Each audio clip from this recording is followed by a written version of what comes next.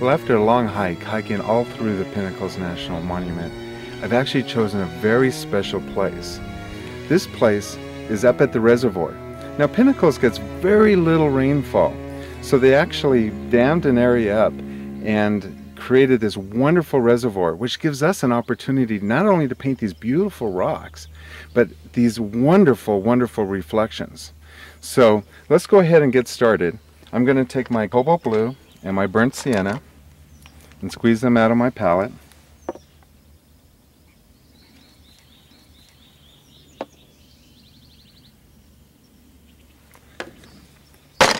Pick up a nice little sketching brush and begin the main rock that we're going to paint today. Now the main rock is where I'm going to start, and I want to make sure I start my sketch small enough.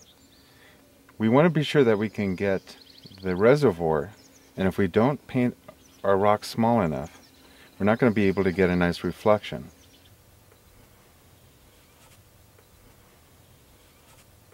Many beginning students, what they do is they get out here, they get all excited, and they start painting everything really large, and then they run out of canvas.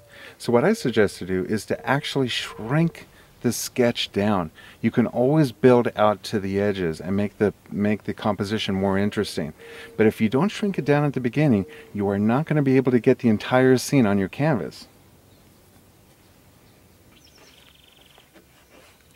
Right now we just want to very quickly place just some main lines and little footnotes so that we can come back later and enhance the sketch. So I'm going to cast a blue wash just as a little footnote to remind me that this was all in shadow early in the morning. Later on, I'm sure that the light's going to light this whole area up. Now on top of that blue wash, I'm going to place a little bit of burnt sienna, and I'm going to outline the shapes and forms of the rocks. And now I think I'm coming to the conclusion of my sketch. And now we're going to start doing what we came out here to do, and that's actually paint. I'm just going to take the corner of the brush and just lightly hit the edges of my tree. Now you're going to put in your trees on your main rock. Again, we're going to start off with the base color first, and that softens the whole painting. Trees add a lot, especially when you're painting this many rocks. And in between the crevices there's a little grass, so I'm going to go ahead and just take the flat of the fan brush, pull up ever so slightly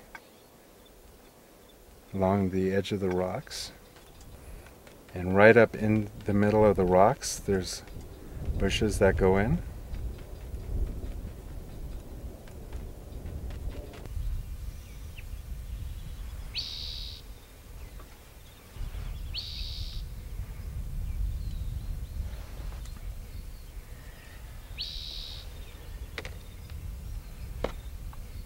And now what we're going to do is highlight these bushes. This is burnt sienna, radiant, and cad yellow light.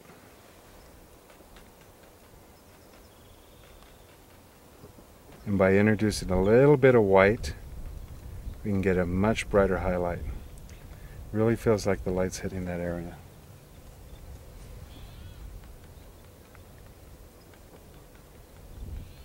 Switch to a little small brush, and we're going to start putting some of the little tiny trunks of the trees. We're just going to skip a little bit of this color, and wherever it wants to attach itself to the canvas, we'll just let it happen. Don't put a lot of pressure onto your brush.